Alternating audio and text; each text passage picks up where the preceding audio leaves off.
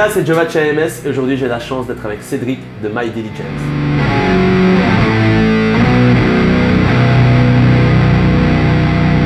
Hello Cédric, comment vas-tu? Ça va, super. Eh bien écoute, c'est vraiment un réel plaisir de te recevoir ici chez AMS. Est-ce que tu peux te présenter en quelques mots pour tout le monde et un peu parler de ton parcours musical? Donc je joue en tant que guitariste et chanteur dans un groupe qui s'appelle My Diligence, Yes. qui est une formation bruxelloise qui nous avons plus ou moins 10 ans d'activité. Ouais. Comment My Diligence a commencé en fait? Tout simplement, l'autre guitariste, François, Ouais. était un pote d'adolescence. Et on vient tous les deux du hardcore, on avait un groupe de hardcore tout simplement. Et à un moment, on s'est dit, ouais, en fait, on a un peu envie de sortir de tout ce côté un peu hyper violent, enfin hyper alternatif. On s'est dit, on va essayer un autre projet. Et on a dit, bon, on va faire un groupe tout simplement un peu différent. Parce qu'à la base, le groupe était plus axé sur le rock'n'roll classique, un peu stoner. Mais on va dire que notre passé nous a un peu rattrapé.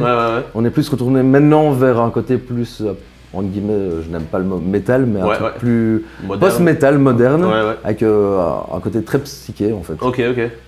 Et toi du coup, la guitare, comment t'as commencé? Est-ce que t'as commencé très jeune ou bien c'est un peu sur le tard que ça s'est fait? J'ai commencé en faisant du violon. Ok. Pendant pas mal d'années. Ok. Puis à l'adolescence, comme tous les garçons de cet âge-là, je me suis dit, j'ai envie de faire de la guitare et j'ai fait du classique. Avant de commencer, de faire de la guitare électrique en fait, tout simplement. Ok, je suppose que quand tu as découvert l'électrique là... Puis j'ai commencé à faire du rock, punk, un peu de tout en groupe. Pendant des années, et puis voilà, puis depuis mes 16 ans, je pense que j'ai pas eu vraiment d'arrêt de musique.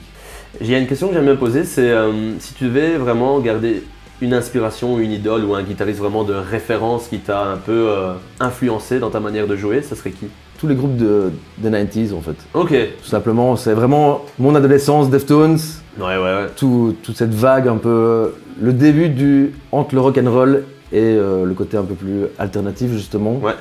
Ce qui est aussi tout ce qui était changement d'accordage aussi, tous les groupes qui ont développé vraiment ce côté beaucoup plus low, plus loud, plus lent aussi. Et aussi, même au niveau du chant, on me dit souvent que j'ai une petite influence un peu du chanteur de Deftones. Ok. Tu es ici aujourd'hui pour parler des amplis avec lesquels tu joues avec My Diligence.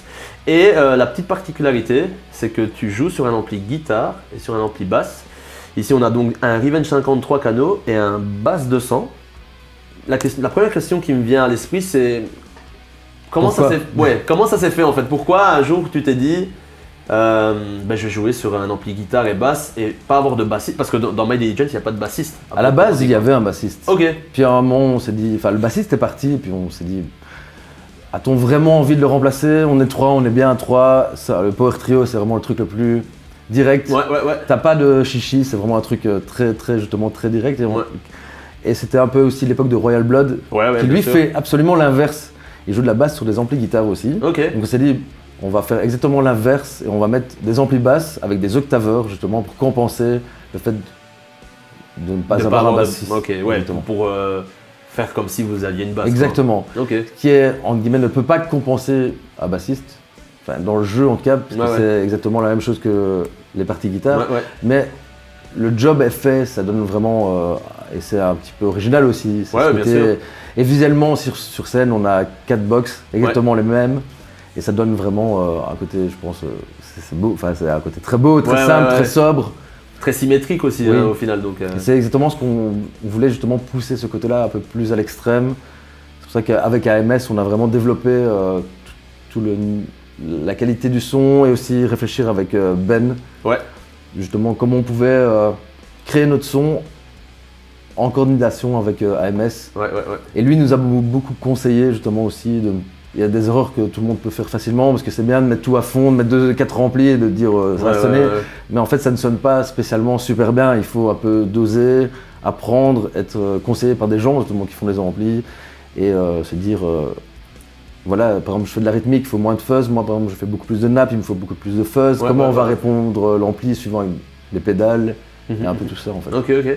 Et du coup, qu'est-ce qui t'a plu? On va commencer avec le Revenge. Qu'est-ce qui t'a plu particulièrement dans cet ampli en tout cas? C'est un ampli qui est super polyvalent en fait. Vu les 3 canaux, tu peux avoir un son clair vraiment très pur, un truc très Dire que tout le monde peut rechercher un son très clean, très clean. Moi, je ne suis pas dans ce cas-là, j'aime bien un peu le pousser pour un peu le cruncher. Puis il y a un premier canal disto qui est assez raisonnable, qui peut être aussi très polyvalent. Puis le troisième qui est vraiment, on va dire, là on rentre dedans, on rentre dans le sujet, on y va. Moi, c'est le canal que j'utilise le plus. Pas en le poussant à fond, mais quand même assez loin. Mais en gardant quand même, moi j'aime bien aller loin dans la compression, mais j'aime bien quand on comprend les notes. Faut pas non plus que ça devienne une bouillie. Oui, c'est articulé quoi. Quand vu que l'on joue super bas en plus. On n'est pas accordé normalement, on joue 2 tons et demi plus bas. Donc il fallait, entre guillemets, il fallait un ampli qui englobe plein de possibilités, qui est très polyvalent, mais en même temps qui donne le truc, le coup de pêche. Ouais, c'est ça. Que ça tombe pas dans la bouillie quoi. Et qui s'accorde très bien avec un ampli basse, justement, il fallait pouvoir avoir cette espèce de... les deux spectres. Voilà. Ok. Et du coup, le basse de 100, j'ai vu que tu l'utilisais avec une Big Muff. Exactement. Et donc, pour le coup, qu'est-ce qui t'a plu aussi dans cet ampli? En fait, c'est un ampli qui, à la base, je jouais avec un transistor basse, mais ça répond beaucoup moins bien au niveau pédale et compagnie. C'est justement, c'est un peu très bouilli comme ça. Dire c'est un ampli à lampe. Répond bien au niveau d'une fuzz et justement et je pense que c'est un ampli qui supporte très bien de jouer avec une guitare mais avec un octaveur qui donne un signal basse. Parce que dans les amplis, j'ai essayé plein de marques différentes ça ne sonne pas. Il faut pas se mentir, c'est une guitare qui doit sonner comme une basse. T'as pas la même dynamique qu'une basse. Clairement. Et je pense que aussi ce qui m'a frappé aussi en t'écoutant jouer, c'est que je trouve que, étant donné qu'ici on a 200 watts à lampe, c'est un ampli qui reste même très défini, même si tu lui mets une fuzz, on va quand même entendre tout ce qui se passe, un peu comme le Revenge au final. Et donc, même si on peut croire que tu as un son très saturé et très bas, ça reste quand même assez défini et assez clair. Il n'est pas si saturé que ça. Voilà, c'est ça, exactement. Je pousse un peu, je rentre un peu dedans, parce que c'est aussi le principe d'avoir un ampli à lampe, c'est de pouvoir y aller, sinon ça ne sert à rien d'avoir un ampli à lampe, il faut un peu que la lampe vive. Et les deux amplis font que, enfin voilà, c'est vraiment ce côté supporter de la définition avec de la pêche en même temps. Je peux dire que c'est vraiment ce que je recherche. Je vois bien. Est-ce que tu pourrais nous faire une petite démo, voir avec les différents sons que tu as et aussi, tu parlais d'accordage, tu as accordé en drop B. En drop B, tout simplement. Ok. C'est aussi ça, ce qui n'est pas toujours évident aussi, parce qu'une guitare doit aussi supporter. Enfin, un micro-guitare n'est pas nécessairement fait pour supporter ce genre d'accordage. Et je voulais pas jouer avec une 7 cordes, parce que je trouve cette nature, moi c'est un côté que je n'aime pas trop, ce côté trop moderne metal qui m'insupporte un peu. Enfin, pas m'insupporte, mais qui est non, mais trop, c'est pas ton style quoi. C'est trop vers le gent, qui n'est pas du tout vers quoi nous voulions aller avec François. Ok, écoute, je te propose peut-être qu'on écoute d'abord juste le Revenge et que tu joues peut-être un riff et qu'après tu t'engages l'ampli basse et comme ça on peut voir les deux quoi.